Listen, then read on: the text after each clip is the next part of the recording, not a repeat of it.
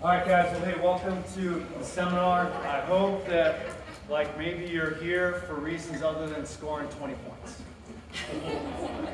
Right? So tonight, we have our challenge. Of course, we're in the middle of it. We're 2 weeks in. We got about 6 weeks left to go, and we have opportunities that are in front of us. Hopefully for improvement. Hopefully for making changes in areas with your nutrition.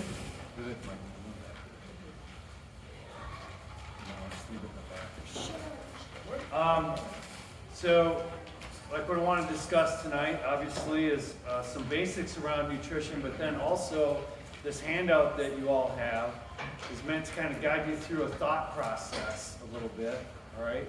And hopefully send you out the door tonight with something that you know you can change and something that you will commit to changing. So it's no longer like just a dream, but actually a goal, because you have some action behind what you're trying to accomplish. All right?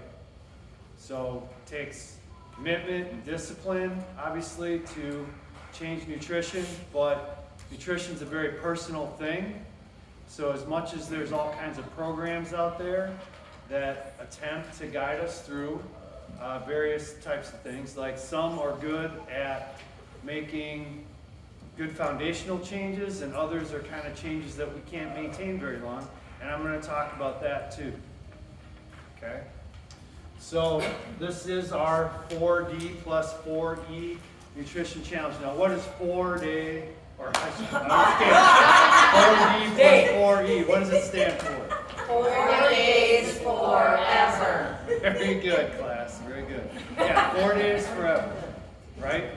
So it's our premise is that we want, with regards to physical activity, which is one side of any kind of weight management and health like formula, we need at least 4 hours a week of fairly intense exercise and activity.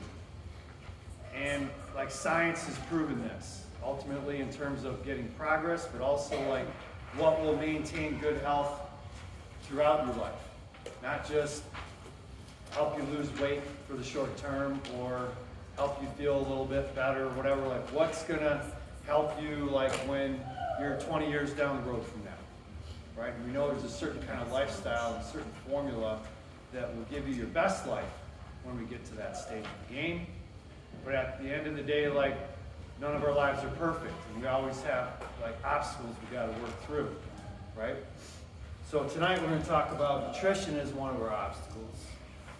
And the first thing we're going to do is on your sheet, right below your name, there's a section for you to fill out your why. This is kind of a deep question, but I don't want you to race through it if you don't know it. I want you to really think about it. Like why, other than the 20 points, are you here tonight? Why, if you were to eat better, like does that matter to you? Right? Why does that matter? So let's fill that section out first.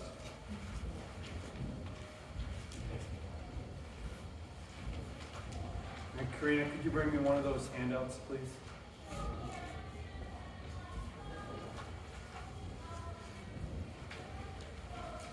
Give everybody a couple more minutes here, so don't rush through it. Make sure whatever you put down, like, really means something to you.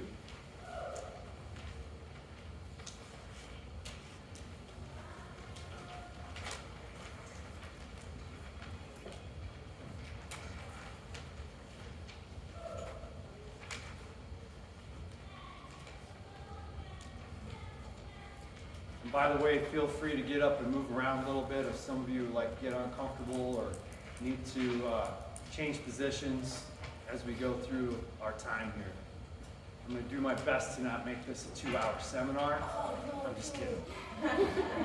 Patty's like, I'm out of here. I'm done. All right.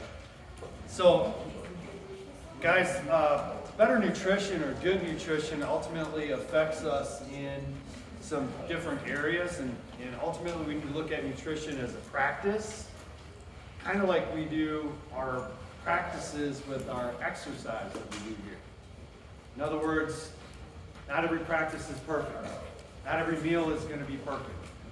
Not every week is going to be perfect. But we can kind of look at it as a practice and a process of improvement, right? So number 2, a process. Number 3, I believe, throughout my life, like nutrition's kind of been an adventure, okay? I eat things now that when I was like 15 or when I was 20 or maybe even 30 something that I thought was like I would never eat. But now like I've expanded my, what would you say, my circle of opportunity and variety with nutrition. I eat more vegetables than I ever have. Many of you probably do as well. Okay? So that's like a process. And it's also an adventure. And then finally, though, there's an outcome. So with the choices that we make or don't make with nutrition, there's an outcome. And that outcome is either something that we kind of want or it's something that we didn't want. And that's a product of how we address our choices with our nutrition and the balancing it against other lifestyle factors like exercise, how we manage stress, and so on. Okay? So on your sheet, the next section, it says, does your goal relate to, and circle 1. So good nutrition affects all 3 of these areas, ultimately. So like, does your goal or your why relate to health, performance, body composition, or other? Everybody that's here has a little different goal or a little different mindset about what they want to accomplish here at our dojo, but also with your fitness and your goals with your health. You know, not everybody wants to look like the cover of Men's Health or some other, fitness model that probably looks that way, quite honestly, for about 2 or 3 weeks, and then like they go and maybe don't look quite like that, right? But like I'm here to tell you is like circle one of those 3, or if it's all, if you really truly feel like that's the case, then circle that. Because I want you to have a certain mindset that you're not going to let go of as to why, or to what your why is about and how you're going to get there. And when you leave tonight, what kind of goal you're going to write down. Because I want you all to leave with an action item today. Okay? So, moving on. We talk about genes a little bit. Because genes always kind of come up as not blue genes, but your genetic profile. How much does your genetic profile impact where you may be at with your health, your fitness, your body composition, things like that? It certainly is a factor, okay? But then what we look at is something called epigenetics. Anybody familiar with that term? Epigenetics? So if we look at our bodies and our DNA and our RNA and so forth, there are certain things in our environment, there are certain things within the choices of the food that we make, there's certain aspects in terms of how we react to stress in our life that either flip on certain switches within our DNA or not. Okay? So food's a huge factor in that process. But hey, is it just that easy? No. But at the end of the day, our food that we put in our body, stress of the environment that we're in, because stress is a very real factor with our health, both with our genetics, but also within our body in terms of its effect on hormones and everything else that are going on within our body. All of that affects ultimately how we make choices with our food, but also how food affects our bodies.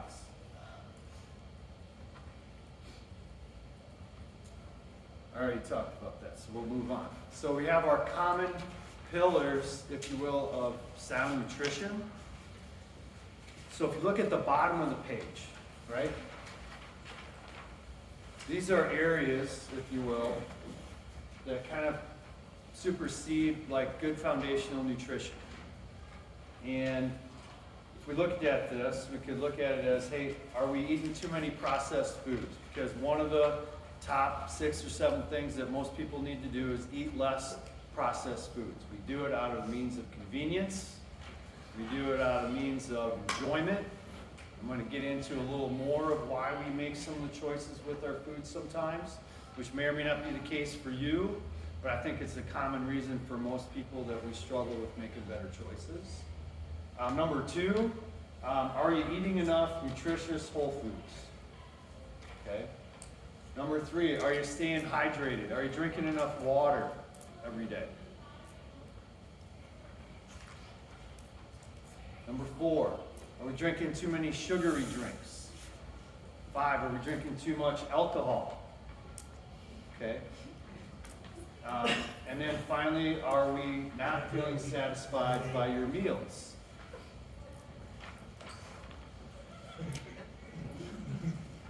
So, Today to ask that question. yesterday we probably don't want to talk about it. Second to last. Moving on. Next Would you like to pass up something, Brian? Hey, we're all human, Kevin. Right? Right at the bottom of the page. Yep. So, as you look at these, what I'd like you to do, I want you to make an assessment for yourself right now before we move on. And I want you to put a check mark next to the items on this page, right here, that you think might be areas for you. Like, seriously, you seriously need to work on it. Like, it's not just a, yeah, I should do that. It's like, man, I really need to do that. 'Cause probably, you might have some in there. Now, if you don't, that's fantastic. Like, I commend you. But if you do, put a check mark next to it.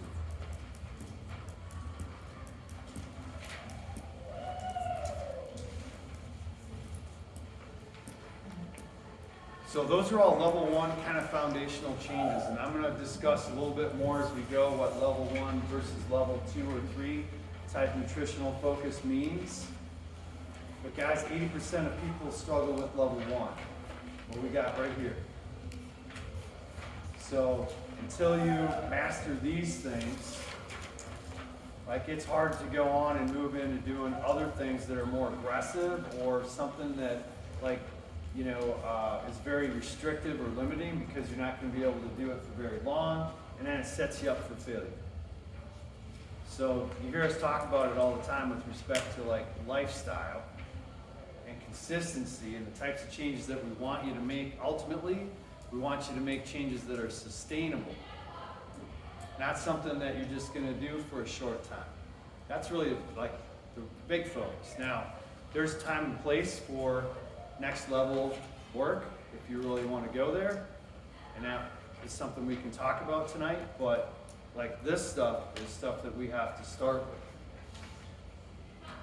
So for many, if you're struggling with hitting your level 1 areas, like if you check more than 2 or 2 or more in that level 1 thing that I just threw up at you, that's really telling you is we need to work in those areas in level 1, and we need to like work on mastering that. And a lot of times what affects our nutrition, and I'm just as like susceptible to this kind of stuff as anybody, it's emotional eating, right? Emotional eating. So when we're affected negatively or sometimes even positively by stress or things that are going on in our environment around us, whether that's at work, whether that's with our relationships, whether that's with our health, whether that's with things completely out of our control, like those kinds of things affect what we do and our behaviors. That's, as human beings, that's just who we are.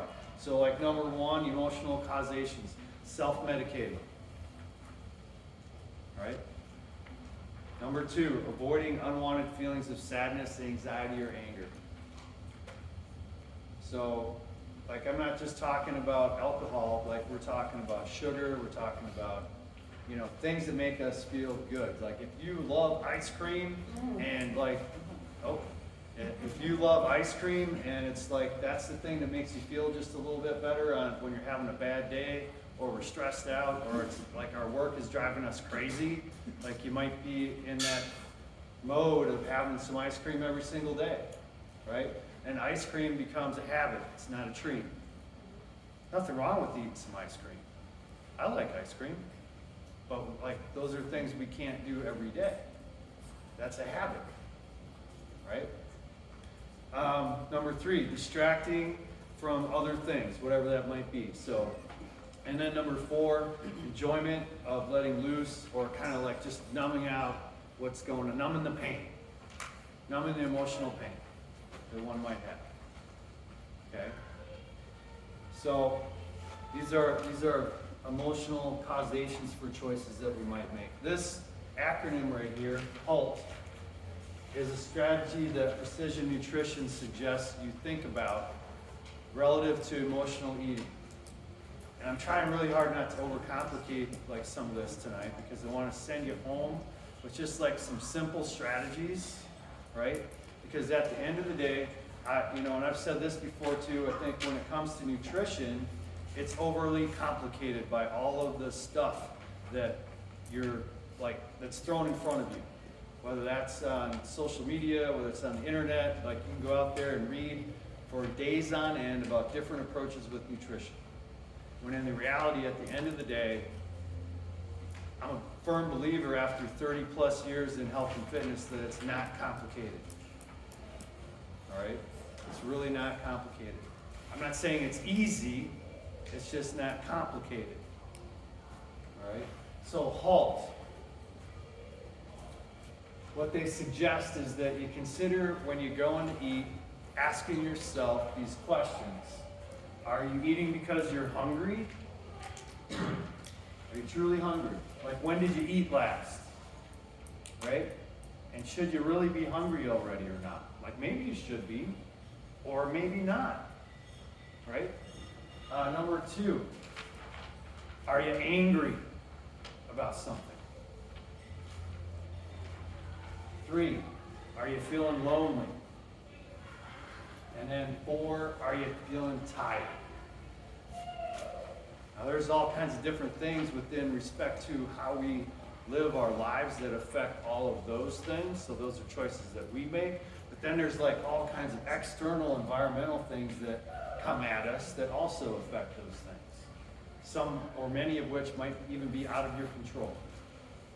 Right? But it's how we perceive that as a threat or not, and like how we view that relative situation as being positive or negative, and then how are we reacting to it, and then how are we choosing to like manage that pain between our ears.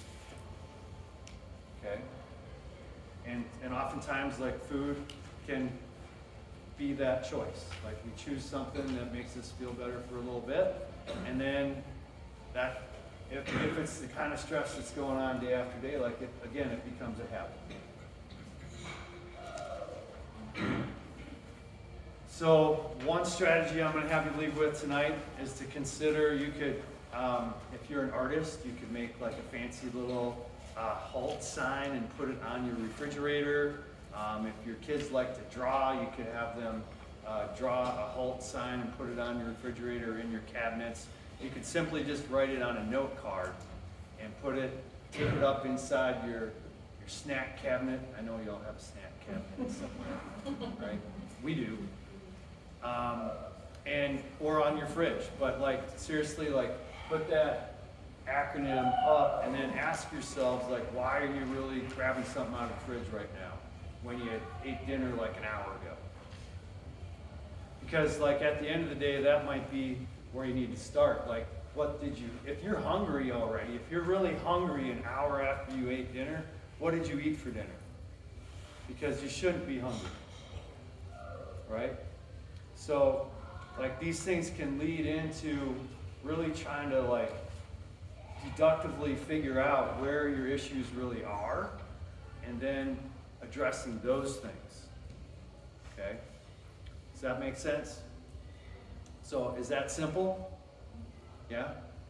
Like, I want you to be able to leave with something that's meaningful, but also like, if you practice it, just like when we had some people hit some PRs on their chin-ups today, and some of them, like, it's been a long time since they had a PR on their chin-up. And like, they did it. It was pretty cool, but if they wouldn't have been practicing for it, they wouldn't have done it, right? So something like this, if we practice and use it, over time, like, we might see that outcome that you're really looking for. So if you're mastering level 1, let's flip your sheet over. I guess I have to back up for just a second here. So if we take the top of the sheet right here, these action items, actually, if you check 2 or more on that first section on the bottom of page 1, then you should fill out this part here on top. And your focus should still be on level 1 type changes. Those things that we discussed right over here, like eating too many processed foods, not eating nutritious whole foods, or being dehydrated, drinking too many sugary drinks, or too much alcohol, or not feeling satisfied by your meals. We need to focus on those things, right? So if that's the case, then which of these behaviors on the back do you think tie into that the most? So for those of you that are in that, I want to give you just a few seconds here to read through that and check off a few areas that you know you're willing to change. Maybe not ones that even you just know you need to change, but ones that you actually will change. Like, you're ready to walk out this door tonight and commit to that in your mind. Okay?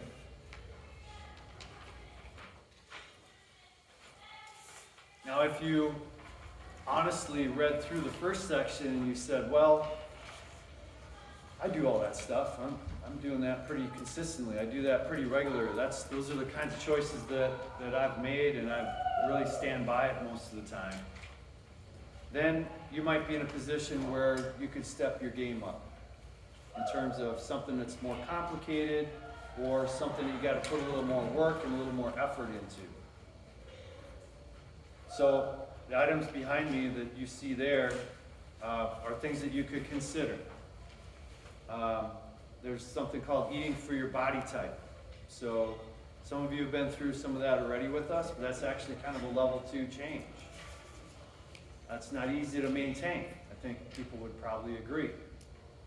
But it is something that you could do and for a short-term kind of goal. And I'm going to talk a little more about that kind of thing as well.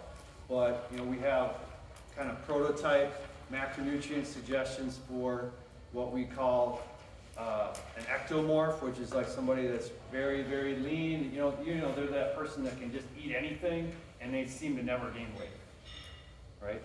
And then there's the mesomorph, which is kind of a little more muscular, kind of stocky type person. Maybe they work out a fair bit, but maybe not even that, but they just tend to be a more muscular person. That's a mesomorph. And then we got our endomorphs, so the type of folks that like, hey, we're constantly struggling with needing to lose weight, and it's just been probably a lifelong problem to some extent, okay?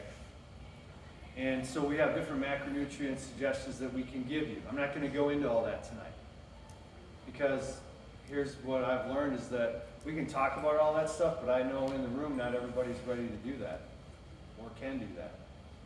So what I would rather see is that, hey, if you leave tonight and you decide, you know what, I want to do that, I want to commit to that, I want to try that, then you talk to one of us coaches about it, and we'll help you. Okay?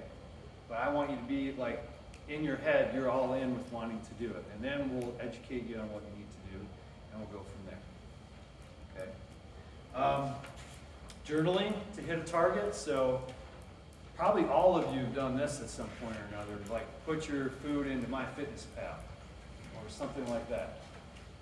Now, guys, we all know like the science of weight loss is basically calories in versus calories out. It's pretty much the bottom line, okay? So if you happen to have a MyZone, or some other tool that helps measure the number of calories you're burning each week. You can pit that against what you're putting in your body through using something like MyFitnessPal, and try to find that window where we're actually getting some progress. Now we could ask Corey all kinds of questions about that, because like ultimately that's what you've been doing, right? For like the last, 6 months or so, give or take? Some months better than other months. I guess. Some months better than other months, but he's been through that process, and Corey's been in our program since pretty much like day one, but it's probably had some of his best results just in the last 6 to 9 months. But like in his headspace, he got serious about tracking that stuff and really cracking down on what he was doing, okay? But it's showing, and it's making a difference. So there's that, and we can help you figure out what yours should be. You could also potentially take that journaling effort and apply one of those eating for your body type plans into that, and make use of that as well, all right? And then the last part here is something I have used with a number of people since the end of last year. This is a concept that I kind of like to think I came up with in my own head, but it's probably not the case. But periodic planning with your nutrition. Now this might sound kind of crazy, but we periodize our practices in the dojo. We have a plan. We have an annual plan, right? We have a monthly plan, and we have the weeks planned out, and then we have a daily plan. Now that sounds like a lot of detail.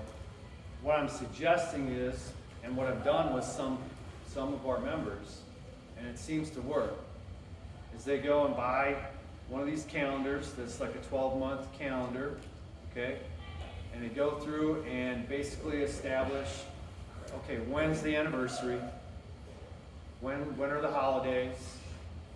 What are the special events that like a vacation or something like that you want to just go and enjoy and have some fun and not necessarily worry about every little thing with your nutrition or whatever. Like you want to be able to mentally let go from that just a little bit and mark that stuff on the calendar. Then determine when your windows of opportunity are to crank it hard.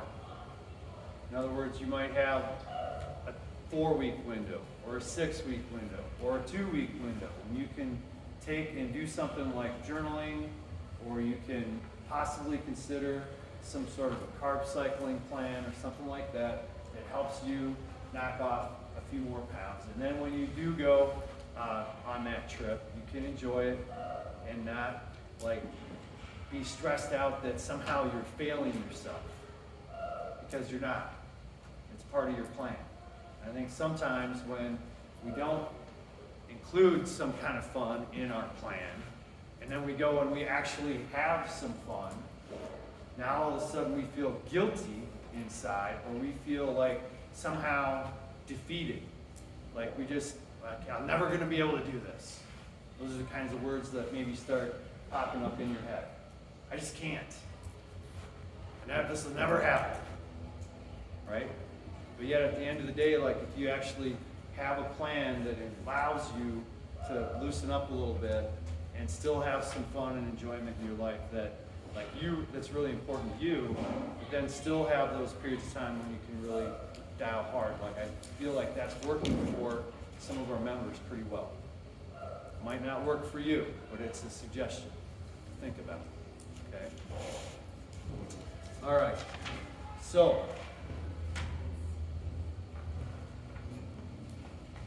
something to think about if you're going to move on to a level 2 kind of thing would be, out of the options that I talked about tonight, when you leave, maybe think about what is it that you feel you could commit to.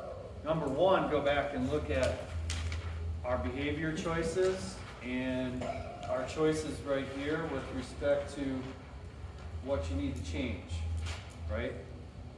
And then at the bottom of the page here, what I'm asking you to do, and I'm going to have you think about right now, And then, like, if you have questions, I'll field them. I want to give everybody at least maybe 5 minutes to like fill out the very bottom part. And the very bottom part is my goal for the next 6 weeks is, right? And just so you know, my goal for having you all here tonight was to have you walk out that door with one thing. One thing that you are committed to doing. That you know if you do it will make a difference in the next 6 weeks or maybe even longer. You can stick with it. All right? So we don't have to change your whole world upside down. I'm not asking you to change everything with your nutrition. I'm asking you to at least pick one thing that you know would be a significant improvement and that you will commit to. And then I want you to share it with somebody, either here, right now, or with a coach. But, like, I can't make you do that, but at the end of the day, a little accountability hasn't hurt anybody. And so you could pick your coach of choice to share your one thing with, or you could choose to share it with somebody here. But if you share it with someone here, I would only ask that that person, you accept the responsibility to follow up with them a little bit. In a kind way, of course. Right? Like, hey, how's it going? All right? How's it going with that goal that you set? Okay? So let's take a couple minutes. I want you to think through that part. Let's write something down in that area. Don't leave here, guys, without writing something in that area. And I do want to go home eventually. So let's work on that for the next 5 minutes or so.